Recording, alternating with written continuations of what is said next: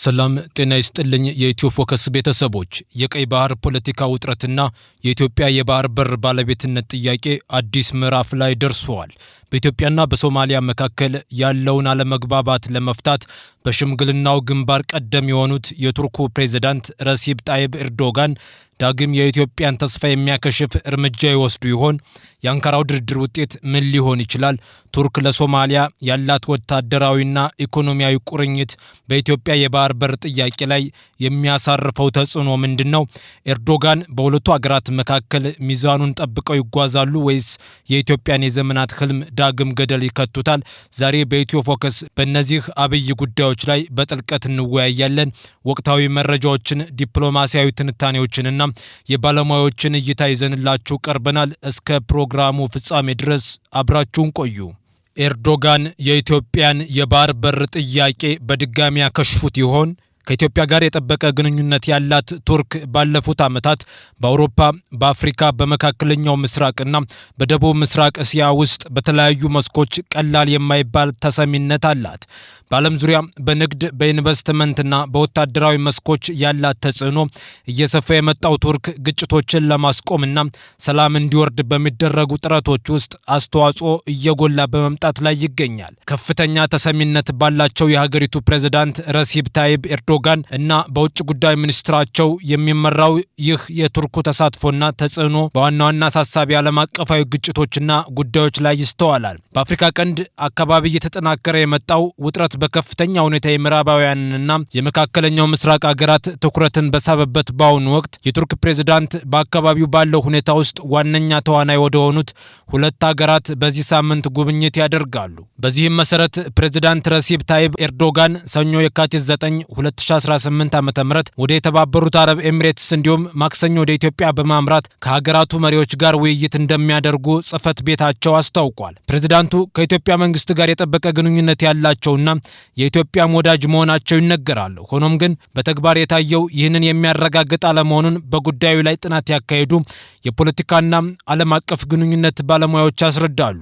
ኢትዮጵያ ዓለም አቀፍ ተቀባይነት በሚኖረው የሊዝ ውል የባህር በር ለማግኘት ከሶማሊላንድ መንግስት ጋር ስምምነት ተፈራርማ ወደቡን ለማልማት ስትዘጋጅ ስምምነቱ ለሶማሊላንድ የሀገርነት እውቅና ሊያሰጥ ይችላል በሚል ስጋት ሶማሊያ ተቃውሞ በማንሳቷ ምክንያት ጉዳዩ ወደ ግጭት እንዳያመራ የቱርክ ፕሬዝዳንት በአሸማጋይነት መግባታቸው ይታወቃል። የዚህ የሽምግልና ውጤት ግን የኢትዮጵያውያን በብዙ ጥረት የተገኘ የባህር በር የማግኘት ጥረት አክሽፎታል። የኢትዮጵያና የሶማሌላንድ የባህር በር ስምምነት ለሶማሌላንድ የሀገርነት እውቅና ሊያሰጥ ይችላል ተብሎ እንዲስተጓጎል ቢደረግም ሶማሌላንድ የሀገርነት እውቅና ማግኘቱ አልቀረም። በዲሴምበር 2025 ዓ.ም እስራኤል ከሶማሊያ ተነጥላ ነጻ ሀገርነቷን ላወጀችው ሶማሌላንድ የነጻና ሉዓላዊ ሀገርነት እውቅና መስጠቷን ጠቅላይ ሚኒስትር ቤንያሚን ኔታንያሁ ይፋ አደረጉ። ይህ የእስራኤል ውሳኔ ከ3 አስርተ ዓመታት በላይ ከሶማሊያ ማዕከላዊ መንግስት በመነጠል የነጻ ሀገርነት እውቅናን ስትጠብቅ ለቆየችው ሶማሌላንድ የመጀመሪያው የሀገርነት እውቅና ነው።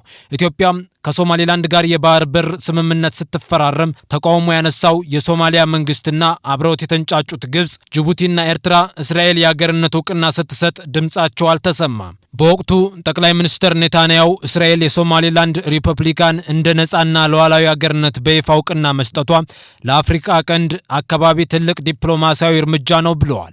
ጠቅላይ ሚኒስትር ቤንያሚን ኔታንያሁና የሶማሌላንድ ሪፐብሊክ ፕሬዝዳንት የጋራ ስምምነት ተፈራርመዋል። ሶማሌላንድን የግዛቱ አካል አድርጋ የምትቆጥረው ሶማሊያ የትኛውም ሀገር እውቅና እንዳይሰጥ ስትከላከል ቆይታለች። የአሁኑን የእስራኤልን ውሳኔ በተመለከተ የሶማሊያ መንግስት ምላሽ እየጠበቀ ነው። ይህንን ይፋዊ እውቅናን በተመለከተ ጠቅላይ ሚኒስትር ኔታንያሁ፣ የውጭ ጉዳይ ሚኒስትር ጌዲዮን ሳአር እንዲሁም የሶማሌላንድ ፕሬዝዳንት የጋራ ስምምነት ተፈራርመዋል። ቱርክ የኢትዮጵያንና የሶማሊያን በሽምግልና ካስማማች በኋላ ከሶማሊያ ጋር ብሔራዊ ጥቅሟን የምታስከብርበት የኢኮኖሚና ወታደራዊ ስምምነቶችን አድርጋለች።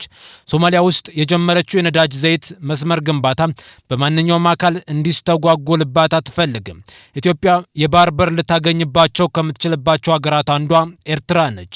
አሰብ ከኢትዮጵያ ላይ በአሻጥር የተወሰደ ታሪካዊ የኢትዮጵያ ወደብ መሆኑን የኢትዮጵያ መንግስት ደጋግሞ ከመንገር ባለፈ አሰብን ለማስመለስ ዲፕሎማሲያዊ እንቅስቃሴ ጀምረዋል። በዚህ መንገድ የማይሳካ ከሆነ እንኳን መንግስት ኃይል እስከ መጠቀም ድረስ ያለውን አማራጭ ሁሉ እንደሚጠቀም ይፋ አድርጓል።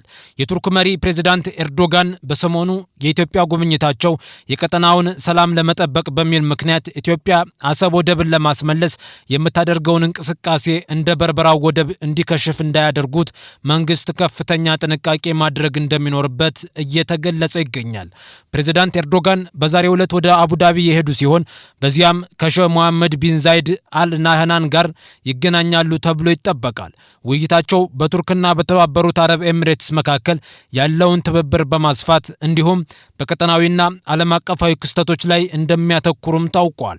ፕሬዝዳንቱ በነገው ዕለት በጠቅላይ ሚኒስትር አብይ አህመድ ግብዣ አዲስ አበባ እንደሚገቡ የተገለጸ ሲሆን በጉብኝታቸው ወቅት ድርድራቸው ተጠናቆ ዝግጁ የሆኑ በርካታ ስምምነቶችና ሰነዶች ይፈረማሉ ተብሎ እንደሚጠበቅ የመንግስት ኮሚኒኬሽን ቢሮ መረጃ ያመላክታል።